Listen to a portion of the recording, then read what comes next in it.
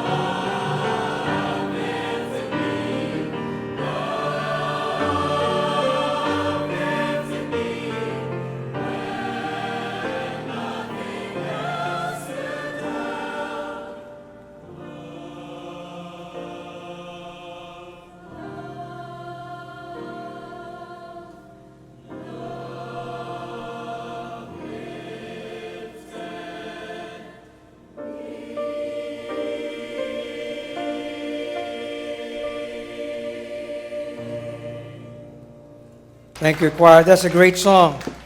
Ang katotohanan ng hindi naluluma ang mensahe para sa lahat.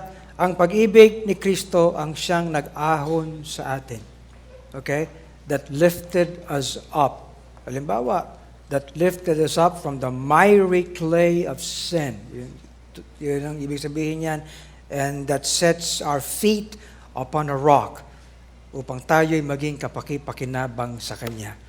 At kahit tayo mga ligtas na at gumagawa ng gawain ng Panginoon, it is still the love of Christ that lifts us up, that makes us to be profitable before Him. Let's all stand and read our text today. Ang atin pong mensahe, ang text ay nasumpungan sa Ephesians 4:12 to 16 ulit. We've been going back to this text here. At ang sabi po rito, the Apostle Paul writing to the church in Ephesus. Ang sabi, for the perfecting of the saints, for the work of the ministry, for the edifying of the body of Christ. Itong portion na ito, we've talked about this last ministries workshop. Pero tingnan natin. Till we all come in the unity of the faith and of the knowledge of the Son of God, unto a perfect man, unto the measure of the stature of the fullness of Christ. Ito yung goal o yung estado na gusto nating maabot bilang gawain ng Panginoon. That we henceforth be no more children, tossed to and fro, and carried about with every wind of doctrine by the sleight of men, and cunning craftiness whereby they lie in wait to deceive. Ito dapat ang nasa kalooban natin, nasa kaisipan natin, na hindi tayo manatiling para mga musmos. Look at verse 15. But speaking the truth in love may grow up into him in all things. Take note of that. May grow up into him, into Christ, that is, in all things, which is the head, even Christ. And then verse 15 says, from whom the whole body, which is us, the ecclesia, fitly joined together, compacted by that which every joint supplieth, according to the effectual working in the measure of every part, making increase of the body unto the edifying of itself in love. Ito ay ang ating pinaka-focus ngayong quarter na ito. Pero I underline ito, may grow up into him in all things. Our message today is entitled In All Things. Growing up in all things. Sa lahat ng bagay, sa lahat ng aspekto, sa lahat ng kinakailangang magkaroon tayo ng paglago. Bilang, hindi lang mga individual na mga mananampalataya, kundi bilang gawain ng Panginoon. Okay? Dakilang Diyos, maraming salamat po sapagkat kami naririto, hindi lang Panginoon bilang mga individual na yung mga anak. Kami nagtitipon, in fact, bilang Lighthouse Bible Baptist Church. Huwag naming isipin, Panginoon, na kami mga individual lang ang humaharap sa iyo, maging sa oras na ito. Panginoon, kami humaharap po sa iyo bilang gawain. Isa bilang gawain. Alisin niyo sa amin, Panginoon, ang pag-iisip na wala kaming pakialam sa mga ibang naririto sapagkat kami lang individual ang humaharap sa iyo. Panginoon, kami po ang iyong eklesiya. And Lord, make us to grow in all things. Bless us sa aming pakikinig, sa aming pagtanggap ng iyong katotohanan. Ito po ang aming dalangin sa pangalan ni Kristo Jesus. Amen. Thank you. Please be seated. Isa sa mga distinct na mga bagay, katangi-tanging mga bagay sa ating ministries workshop last Wednesday and Thursday, yung pong bagay na tayo ay dapat lumago bilang isang gawain ng Panginoon. Okay? Ako'y natutuwa sapagkat nakikita ko ang ilang mga kabataan dito na lumalago ng sabay-sabay. Okay? Minsan nakakabigla no? Na lahat na lang lumaki na mas matangkad pa sa akin. Okay? Hindi lang lumaki ang isa. Para bang anong magiging pakiramdam nyo kapag sa karamihan ng ating mga kabataan, isa lang ang tatangkad, yung iba hindi tatangkad. Di ba?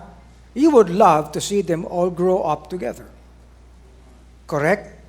At hindi lang sila tumatangkad bawat isa, kundi lumalago rin sila sa kanilang relationship sa bawat isa.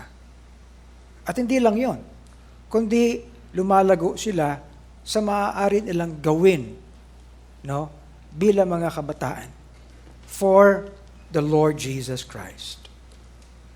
Okay? Ako'y namamangha ako kung paano lumaki na yung mga anak ni Brother Robert. Biglang laki. Okay? At hindi lang yan. Nakita niyo yung picture ng mga young people dito. Pag nakikita ko yung kanilang paglago, physically, natutuwa ako. Subalit, mas masaya ako bilang pastor kapag makikita ko ang paglago nila spiritually. Sa lahat ng aspekto. Tandaan natin yan. Itong mga narito sa ating chamber orchestra, nung magsimula yung ating Lighthouse Chamber Orchestra, mga paslit pa ito eh. Di ba? Ito, si Richie kanina. Ilang taon ba si Richie nung natuto mag-violin? 8 years old? Ha? Can you imagine that? Ngayon, tinan yung tumugtog. Tumutugtog na nga kasabay ng mga orkestra eh. Di ba? Lalo naman si Sined. Ilang taon ka Sined nung nagsimula ka dyan? 9. Ganon din. Oo. Lalo naman si Joses. Si Joses nung araw, nanonood lang sa amin yan ng stewards. Di ba? So, ganun lang. Maliit pa naman si Joses hanggang ngayon, pero yung kanilang abilidad, sumobrang laki. You see that? I'm happy for that. Pero lalo na that they do not just grow in having skills. They even grow in using these skills for the glory of God. Tama po ba? And they can be together in playing together as an orchestra. Are you with me on this? Now, it is even more, mga kapatid, pag makikita natin ang lahat na nagkasama-sama sa paggawa ng gawain ng Panginoon. Kaya sa ating LED kanina, nagsimula tayo ng bagong lesson ng We Have This Ministry. And I have been saying this, everybody in Lighthouse must have an ownership, of what we can do together as a work of God. Okay? Huwag tayong maging parang yung mga ibang churches na napaka-individualistic nila. Lighthouse ito. Amen? We do things and we do the work of God together. Kaya ito, in all things. You mean, Pastor, as in all things? Tingnan natin. Now, tayo po, dito sa Lighthouse, ginawa na nating napaka-foundational sa atin itong structure natin ng gift-based ministries. Kung hindi pa kayo nagawi sa portion na ito, o kaya sa mga ine-explain natin, maliwanag ito, mga kapatid, sa ating Lighthouse BBC manual. And I would, lahat tayo, kahit kayong matatagal na sa Lighthouse, read our manual. Amen? Ayaw ko na ito ay ating ipinublish na you do not even know kung anong naririto.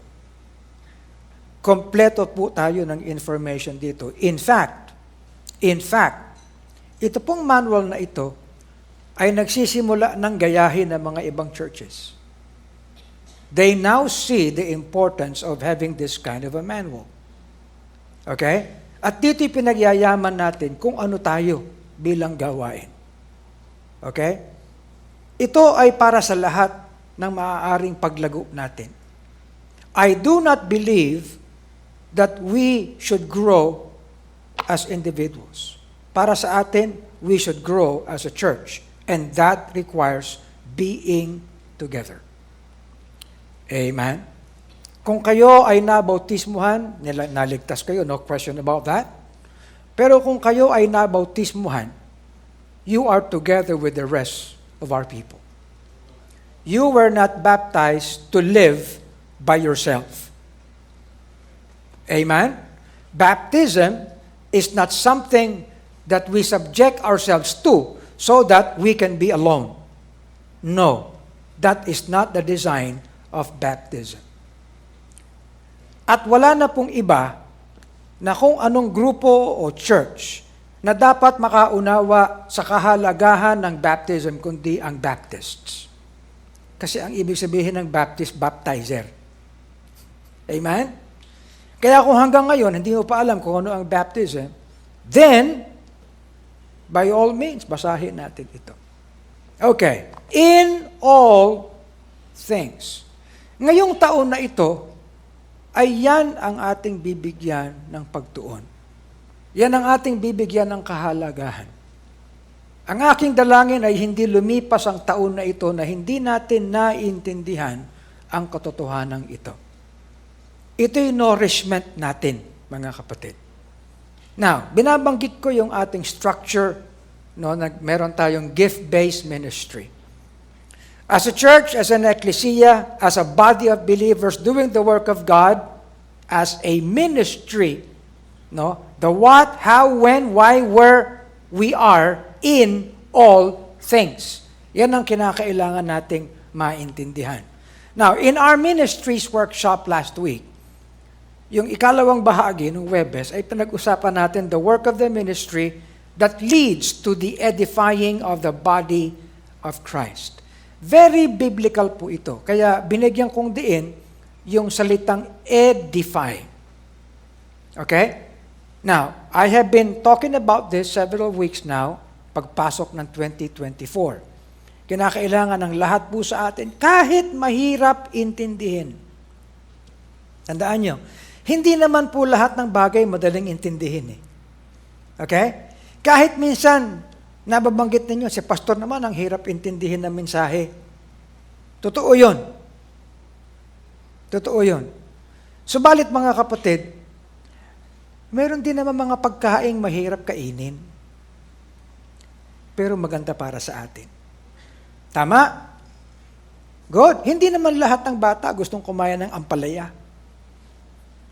Tama ba yun, Miss Nutritionist? Ay, hindi pala Mrs. Nutritionist. Oh. Di ba? Pero, kakain at kakain ka eh. Correct? Nung araw pinapalo pa kami ni tatay pag hindi kami. Alam niyo, nasanay kami ng kung anong naririyan, kakainin. Kung anong inilapag dyan, kakainin. Huwag maghahanap ng iba. Pero ang mga bata ngayon, hindi na ganyan. Tony, yung apo mo ba, ganon? Hindi rin, ano? Okay. Oh. Kung ano yung nariyan, kainin. Nako. Anyway, for whatever. Meron mga pagkain na ayaw natin, pero ito ay kailangan natin. Hindi lahat ng bagay ma-appreciate natin, pero kailangan natin. Tama po ba? Oo. Alam niyo po yung paglilingkod sa Panginoon, minsan hindi natin naiisip na kailangan natin. Kailangan natin yun. Sabi ko nga sa choir nung araw ang may pangangailangan ng paglilingkod sa pag-awit, kayo. Hindi kayo ang kailangan ng Panginoon. Huwag niyong iisipin na may utang na loob ang Panginoon sa inyo kapag kayo umaawit dyan. Okay? Huwag niyong iisipin na may utang na loob ang Panginoon sa inyo kapag kayo tumutugtog dyan. Tayo ang may pangangailangan na maglingkod sa Panginoon. Dahil kapag hindi natin ginawang intentional na gawin natin yan, gagamitin tayo ng mundo. No man can serve two masters. It's either you serve God or you serve mammon. You realize that? Tayo ang may pangangailangang maglingkod sa Panginoon. Tayo ang may pangangailangang lumapit sa Kanya. Walang utang na loob sa atin ng Panginoon. Amen? Alam niyo, mahirap Englishin yung utang na loob. Ano ba English ng utang na loob, Rene? Ang hirap, di ba? Debt of gratitude. Okay, for whatever. So we work the ministry. And we work the ministry so that we may build up everyone. Not just one, but all. Okay? At to edify, ang sabi natin, mayroon tayong direksyon ng paglago. Tama po ba yun? The work of building ay may direksyon. Okay? At alam natin yan, you cannot go up so high if you do not go down deep to be established. Kaya ang matataas na mga building, malalim po ang pundasyon yan. May direksyon sa baba, may direksyon pataas. Okay? So, we appreciate last ministry's conference, ministry's workshop, mga kapatid, itong the direction of our ministry so that we can be edified or built up at symmetrical. Kaya binigyan ko ng pansin itong symmetrical na growth na ito ng ministries workshop. Meron tayong paglago pataas, sideways, at pababa so that we can be really founded, grounded, and settled. Amen? Maraming mga mananampalataya ang nahihirapang tumayong matibay sa kalagitnaan ng hinaharap sa buhay. Bakit? Because they are not grounded deep. Andyan ba kayo? Amen? Huwag kang magtataka kung bakit hindi ka matibay sa direksyon na ito. It's simply because you are not grounded deep. Okay? If we are grounded deep and settled deep in the truth of God, mga kapatid, makatataas tayo ng maayos. Pero hindi rin naman maganda na hindi ka lumago patungo rito. So, ang paglago, ang pagiging built is symmetrical in all areas. Amen? Okay. At ang banal na kasulatan ay nagturo sa atin kung paano tayong lalago. Pero, ang direksyon natin ng paglago is in Christ. Kaya ito, mga kapatid. Pero, yan, dapat magkadugtong ito eh. Yan, dapat magkadugtong yan. Isang bahay lang yan. Europe. Yan, isang bahay lang yan. Oh, dapat ito rin, at saka ito, magkakasama yan. Yan. Anyway. Ito, patungo dyan. So, we illustrate this as the ecclesia bilang tahanan, bilang gusali, to be edified, to be built up. Mga kapatid, naglagay na tayo ng tamang pundasyon.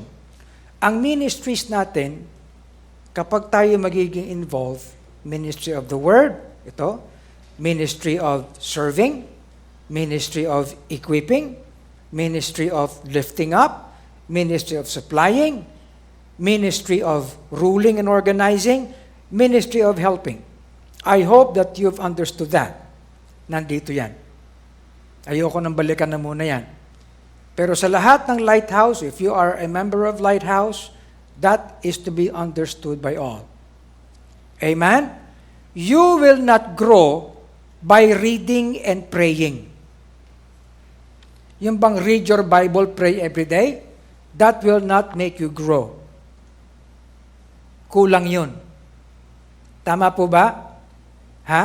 Para sa atin, yung reading and praying, read your Bible, pray every day, gatas yun. Can you say amen? Oo. Kaya yung kantang, read your Bible, pray every day, pangmusmus lang yun. Pero kung matanda ka ng Kristiyano, isipin mo, 30 years old ka na, yun ang paborito mong kanta. Sabi, mga kapatid, delikado yan. Okay, may sakit ka niyan. So, kinakailangan kung tayo matagal na rito, and we have heard much, abay, tapusin na natin yung hindi pwede yung read your Bible, pray every day. Kung hanggang ngayon, ay daily bread ka pa din, abay, hindi po yun. We are a church. We need to take meat from God's Word. Amen? Kaya yan ay hamon natin sa lahat. Now, kung halimbawa, kayo naman ay nag-a-attend lang dito, you're not part of Lighthouse. You know what? You should get to your senses. Because, darating ang araw, haharap din tayo sa Panginoon. Lahat tayo. Anong gagawin natin sa Kanyang biyaya sa atin? Anong gagawin natin sa pagkain ng salita ng Diyos? We need to get to our senses. Be a part of His work. Amen? Kasi ngayon po mga kapatid, everybody is into just following Christ. They are not into being built up and edified. Okay? Pero dito nakita natin that the way to be built up is to be involved in all this. Okay? And we should have a good foundation. Alam niyo po, doon sa book of Proverbs. Ang sabi, wisdom hath builded her house. She hath hewn out her 7 pillars. Kita niyo itong verse na ito, Old Testament yan, Proverbs. Si wisdom ay nagtayo ng kanyang tahanan. At siya mismo, she hath hewn out. Ibig sabihin, siya mismo ang gumawa ng kanyang dapat na haligi, poste, column. Ano yun? 7 pillars. Kamangha-mangha mga kapatid, na tinuturo sa atin ng banal na kasulatan na hindi maaaring tumayo sa isa lang na pillar. Pero bakit 7? Have you ever? Take note of that. Bible yan. Bakit 7? Ang sabi, through wisdom is an house builded, and by understanding it is established. And by knowledge shall the chambers be filled with all precious and pleasant riches. Okay? Alam naman natin na ang riches, mga kapatid, is always referred to as precious stones. Tama? Gold, silver, and precious stones. But amazingly, in the New Testament, mga kapatid, ito ang sinasabi sa atin. Unto them which are called, both Jews and Greeks, Christ is the wisdom of God. Look at this. If we do not study the Word of God, we will never understand this. But Christ, who is the very wisdom of God, when He came here, He said, I will build my ecclesia. Tama ba? He said that. So Him, being wisdom, ang sabi dito, wisdom hath builded her house. Are you listening? Christ Himself built. And how did He build? How did He build? Well, He drew out of Himself. He drew out of Himself what would be the 7 pillars.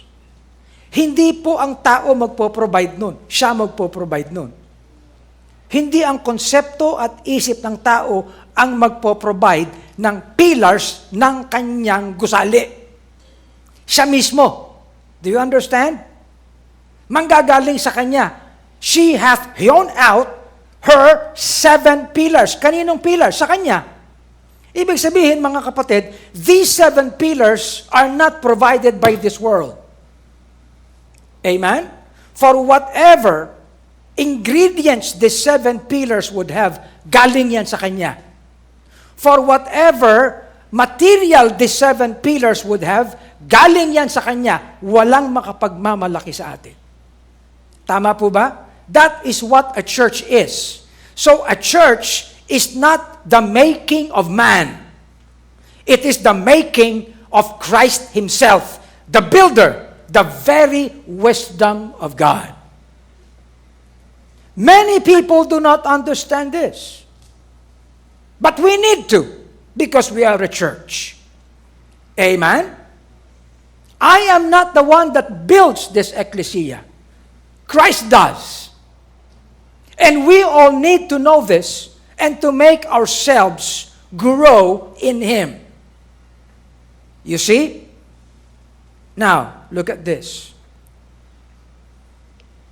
In whom are hid all the treasures of wisdom and knowledge. Sa Kanya nang gagaling. Yan ang pinakamaterial. Kaya mga kapatid, a church is not based on the wisdom of man. Kahit anong discipline ba yan? Okay? A church is not built based on degrees of men. Based on the intellect of men. A church grows by the wisdom of Christ. And considering that all treasures of wisdom and knowledge are in Him. So we need to really get the source out of this truth. Mga kapatid, you might think, Pastor, masyado namang, anong tawag dyan? Masyadong over the naman itong preaching mo. Well, iniisip lang natin yan. But if we want to get to know God, we should get to be on His terms, not on our terms. Hanggang ngayon, mga kapatid, ang tao, iniisip nila, kagagawan nila ang church. No, we only preach the truth. And we grow in it. Amen po ba? Mga ngatwiran pa tayo, Pastor, hanggang dito lang ako Of course, lahat tayo may limits. Kung kaya nga kailangan natin ng biyaya ng Panginoon Kung kaya nga't kailangan natin ng kaalaman at wisdom of Christ. You see your calling, brethren, how that not many wise men after the flesh, not many mighty, not many noble are called. But God has chosen the foolish things of the world to confound the wise. And God hath chosen the weak things of the world to confound the things which are mighty. Kaya nga ang lahat sa atin dito kinakailangan dumulog sa Panginoon at sabihin natin, Panginoon, it's not what I am according to this world. It's what I am according to your working. Okay? Now mga kapatid, itong preaching na ito, ay hindi ito preaching para i-comfort tayo. Sakada na lang mag-a-attend tayo, sakada na lang magtasama-sama tayo, palagi na lang comfort ang iniisip natin Tama? Palagi na lang pleasure natin. Pwede ba natin pag-usapan ng pleasure ng Panginoon? Pwede ba natin pag-usapan ng kaluguran niya? Lahat tayo may kaluguran ng ating sarili. Pero unahin natin ang kaluguran ng Panginoon. Yan ang tinatawag niyang, but seek ye first His kingdom and His righteousness. Amen? Ngayon, of Him are ye in Christ. Kaya nga mga kapatid, ligtas muna tayo. Tinubos niya tayo. And then we subject ourselves to baptism so that we may be committed to His work. And He becomes to us wisdom and righteousness and sanctification and redemption. Kaya kung merong luwalhati, ang luwalhati ay sa Kanya. Having then gifts, differing according to the grace that is given to us. Now, I get to your senses now. Wala kahit isa sa atin na may taglay na abilidad na original natin. Ang iyong galing sa business, hindi mo original yan. Yung iba nga, kopya mo Tama? Yung iba, nakuha mo lang sa iba. Ang galing mo sa kahit saan. Hey, kinakailangan magkaroon tayo ng sense na dalo yan ng kabutihan ng biyaya ng Panginoon sa atin. At dahil tayo ay sa Kanya and we are a church, dalo yan ng biyaya niya. Yung kabutihan, para sa lahat yun. Pero yung grace ng Panginoon, para sa atin yun. Tama po ba? Okay? Kaya ito ang naging pillars natin. Meron tayong let us prophesy. Let us do the ministry of the Word. That's one. Amen? And then let us do the ministry of ministering. The ministry of serving, number 2. Okay? And let us do the ministry of teaching or equipping, number 3. And let us do the ministry of exhorting or lifting up, number 4. And let us do the ministry of giving, supplying, number 5. And let us do the ministry of ruling and organizing, number 6.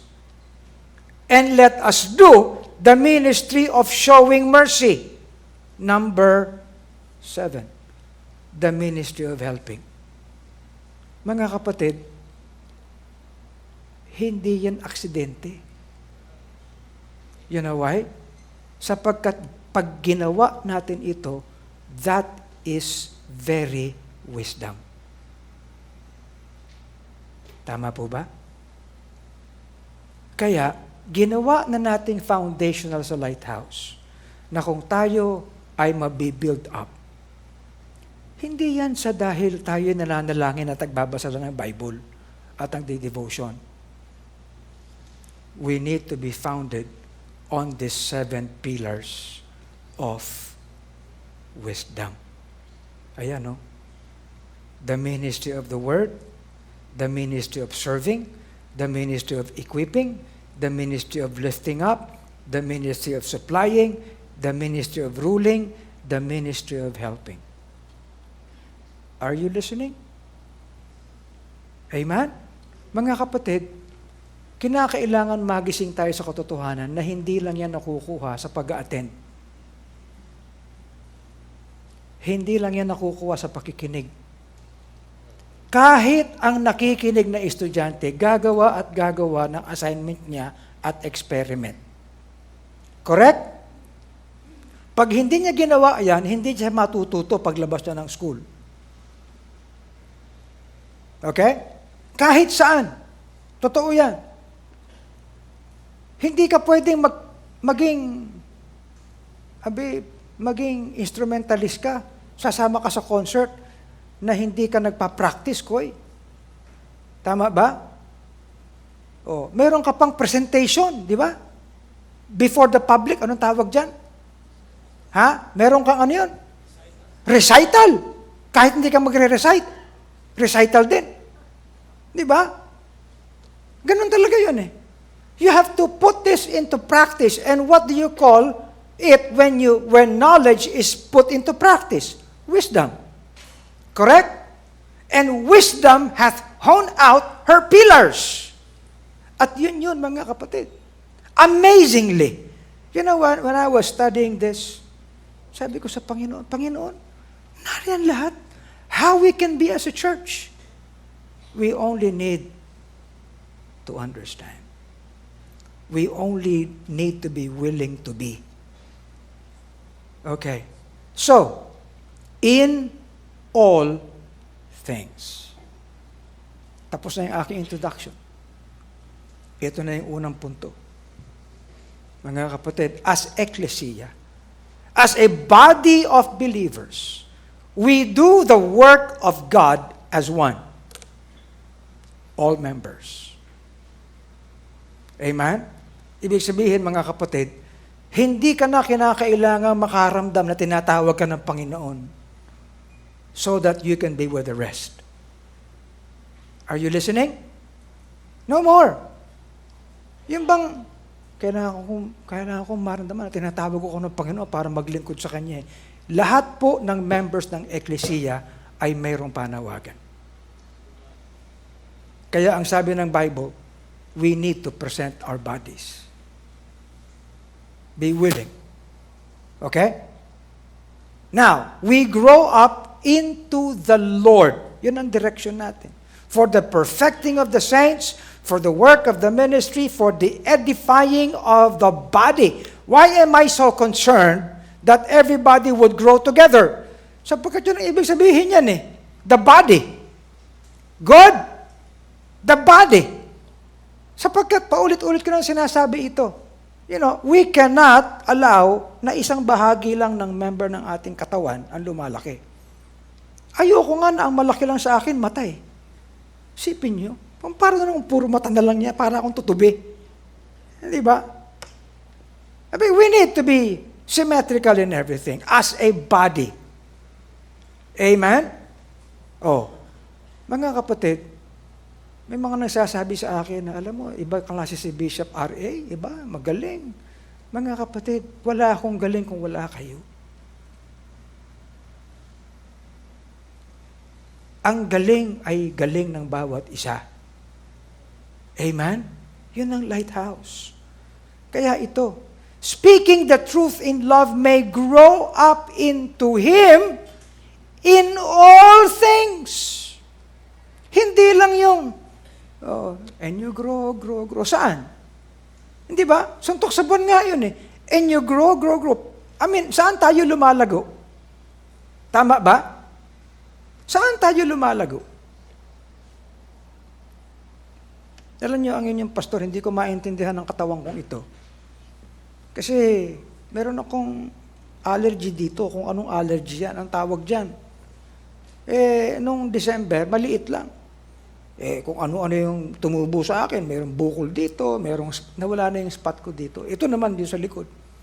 Nagsimula ng maliit. Yung buong nape ko, nag-alala ako, baka nakakahawa ako. So, tines ako ng fungal, hindi naman nakakahawa, in-scrape, wala. So, ano ito?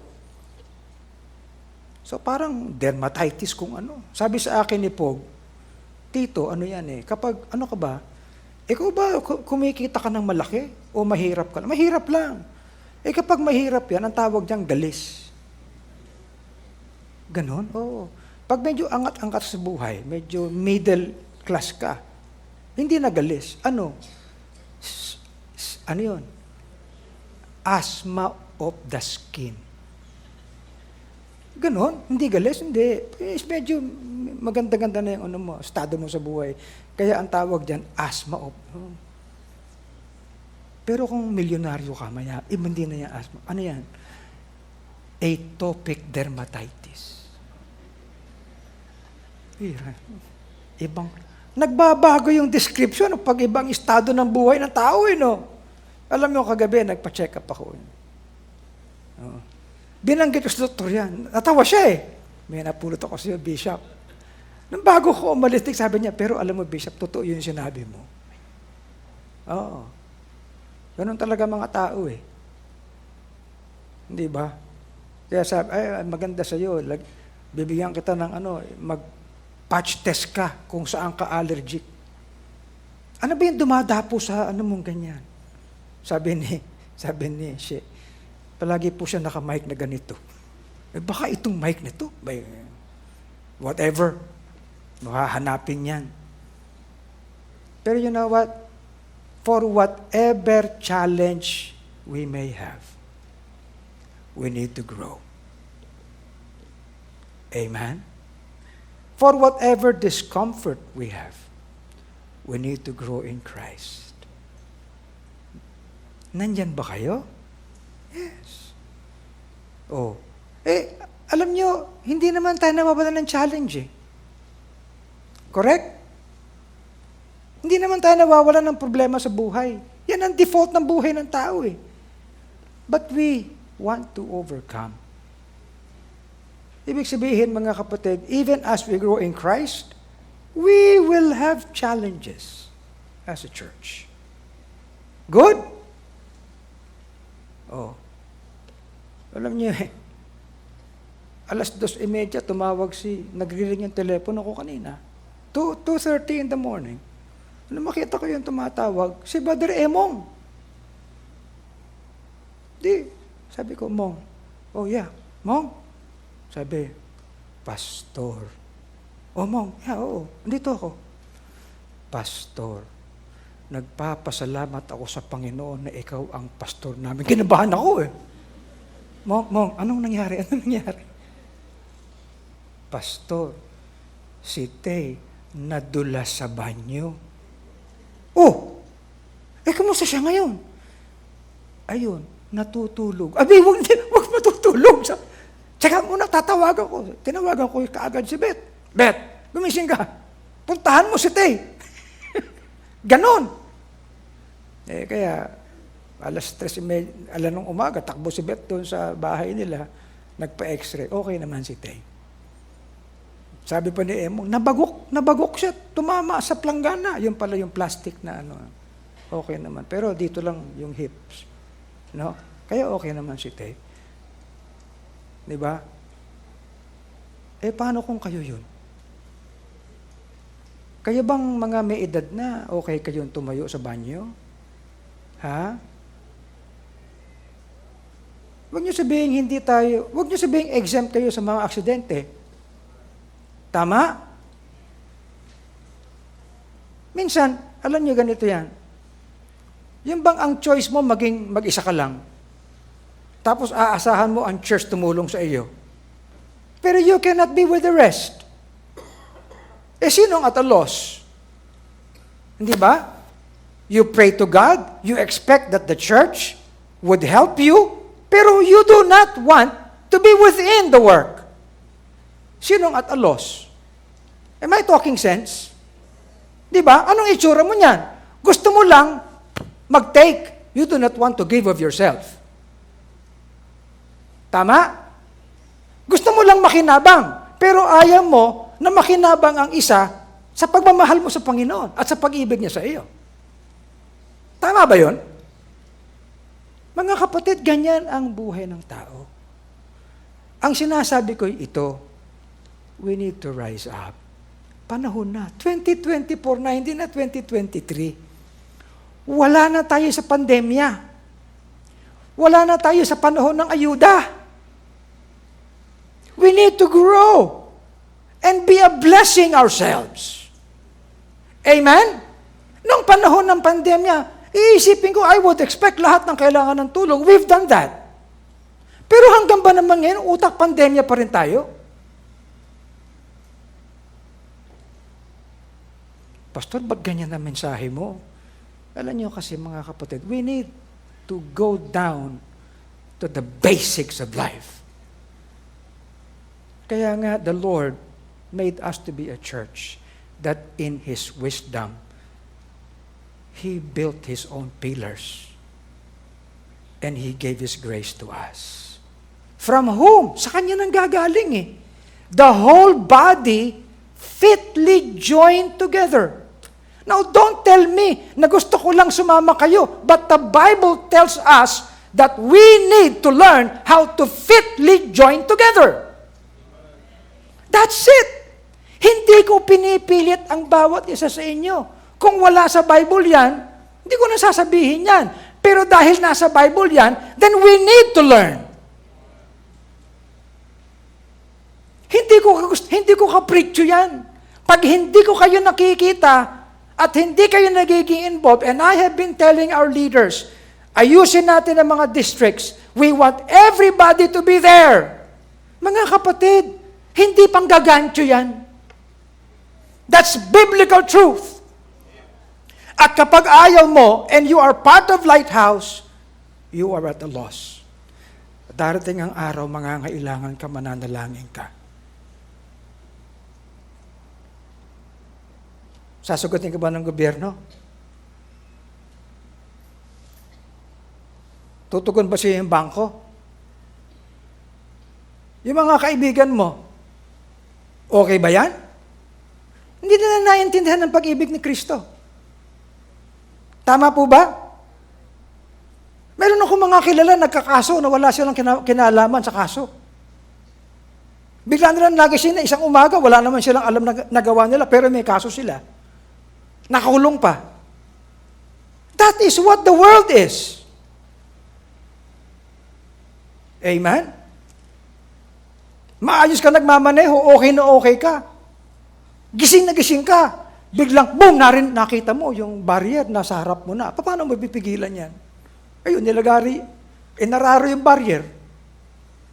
Come on. These things happen to our lives. Huwag na nating antayin yan, mga kapatid. Minsan, sa kapabayaan natin, tayo lumago kay Kristo, tayo nagsasuffer. The whole body fitly joined together and even compacted by that which every joint supplies. So that together, make increase of the body unto the edifying of itself in love. Ibig sabihin, bottom line, we grow up into the Lord Jesus Christ in all things. Alam niyo yung paglago, nung araw, ang bagong mananampalataya, hindi nakakatagal yan sa service na ganito, sa coming together. Ayaw niyo, ang tagal naman ng coming together dito, di ba? Ayaw na ayaw niyo. Pero in time, Natututunan nyo ng tumagal. Yung mga bata, nung araw, mga kapatid, tinutulugan ko yung preaching nung araw eh.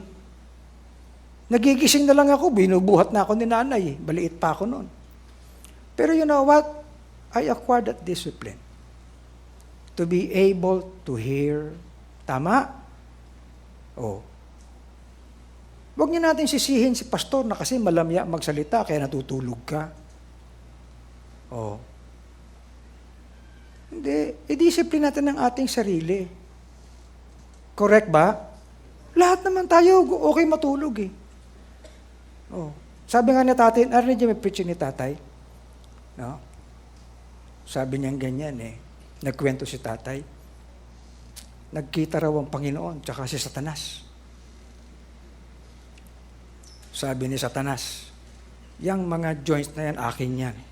Tinuro niya yung mga beer house, mga kung ano-ano, yan, sa akin yan. Mga casino, sa akin yan lahat, sa akin yan. Naglalakad sila. Nakita ng Panginoon yung Baptist Church. Yan, sa akin yan, Baptist. Hindi ka nakakasiguro. Maraming akin dyan. Ay, hindi. Lahat yan tinubos ko eh. Pasok tayo. Pasok silang dalawa. Oo. Oh, kata mo, lahat yan, ligtas. Yun ang akala mo, lahat ng tulog dyan, akin yan.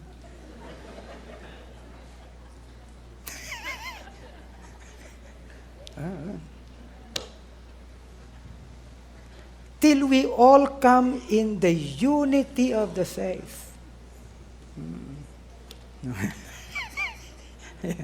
Naku, yun lang ang maalala niyo mamaya pag uwi niyo. O hindi ko original yan. Galing kay tatay yan. Balikan nyo. Hanapin nyo nga yung Daisy. Galing kay tatay yan nung araw. Yung mga tulog na yan, sa akin yan. That we henceforth be no more children. Tama? Oh, huwag na tayo mga parang bata na konting preacher na ganito, nagtatampo tayo. Si pastor, pinapatamaan ako, naantok pa naman ako. Hindi, kinekwento ko lang yung preaching ni tatay. Ano ba? Hindi, pastor, talaga ikaw, pinag-aaralan ang buhay ko eh. Hindi! Pero mga kapatid, ito yan. Ang sabi nga ni Peter, grow in grace and in the knowledge of our Lord Jesus Christ. Hindi lang grow. Hindi lang grow. Eh baka pag-grow lang ang pag-uusapan natin, ang kailangan mo lang dyan yung, anong tawag yung advertisement ng grow ng mga bata? Ha? Anong material yan? Ha? Ano yan? Ano? Cherry? Hindi ko alam. Eh, alam niyo naman. Ikalawa, we do the ministry. We. Hindi they. We. Amen? Kaya nga we have this ministry. We do the ministry so God may be glorified in all things. Look at what it says. Every man hath received the gift. Anong gift? The gift of the grace of God. Even so, minister the gift of the grace. Amen? Oh. One to another, as good stewards of the manifold grace of God. So what is the gift? The gift of grace. Tama ba? Hindi po yung gift ng yaman na material. Hindi yan yung gift ng pera sa bangko. No, it is the gift of grace. So we minister, we serve this gift one to another as good stewards of the manifold grace of God. Amen? Para ano raw? So that God in all things may be glorified. Ibig sabihin, kung hindi natin pangangatawanan na ipaglingkod ang kanyang kaloob na biyaya, inaagawan natin ng luwalhati ang Panginoon. Di ba? Obserbahan niyo yung sinasabi.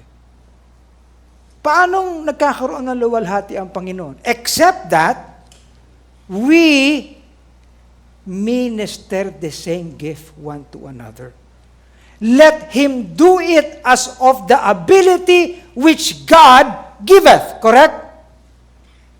Gawin mo yung ministry na yan, yung stewardship na yan, according to the ability that God gives, so that He may be glorified. Ibig sabihin, for whatever ability we have. Anong abilidad mo? Doktor ka? Medical doctor ka? Engineer ka? IT ka? Ano? Nasa creative media ka? Nasaan ka? Accounting ka? Mga kapatid, gagraduate ka ba't magkakaroon ka ba ng degree outside of the gift of God? Hindi po eh. Ibig sabihin, i-steward natin yan so that He may be glorified. And the way for Him to be glorified is minister the gift one to another. Hello? Yung mundo po, gagamitin yung abilidad to exploit another. Pagkitaan. Tama? Tama naman yun eh. Gagamitin mo yung iyong galing upang pagkitaan mo ang mundo. Tama? Hello? Gagamitin mo yung galing mo para mabuhay ka sa mundo. Pero hindi ibig sabihin ganyan dito. Gamitin mo yung kaloob ng Panginoon so that you can minister. So that God may be glorified. Kasi kapag ginagamit mo yung galing mo para pagkitaan mo yung isa, ikaw nakikinabang dyan. That's your glory. Gumaganda buhay mo eh. Tama? Pati bahay mo gumaganda. Nagkakaroon ka ng mga gamit, ikaw yun. Pero kung gagamitin natin the same gift at kakayanan so that we can minister to another, God is glorified. Mahirap bang intindihin yun? Dapat bang memorizein pa yan? Parang narinig ko yan sa stasyon sa radyo. Di ba? That God may be glorified through Christ. Alam niyo mga kapatid kung bakit tayo minamahal sa buhay? Inaagawan natin ang luwalhati ang Panginoon eh. Pag inaagawan ng luwalhati ang Panginoon, gustong-gusto ng dyablo yan. Tama ba? Oh. As in, gustong-gusto ng dyablo, sasalangan ka pa ng kung ano-ano ng dyablo para lalo kang lumayo sa Panginoon. Amen po ba? Kaya ang sabi ko dito, for whatever we are skilled with, for whatever ability we have, abay, puspusin natin yan dito. And let's minister that one to another.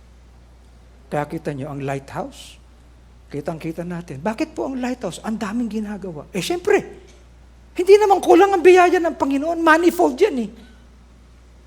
Pero, nag-iingat tayo mga kapatid that we minister that to another.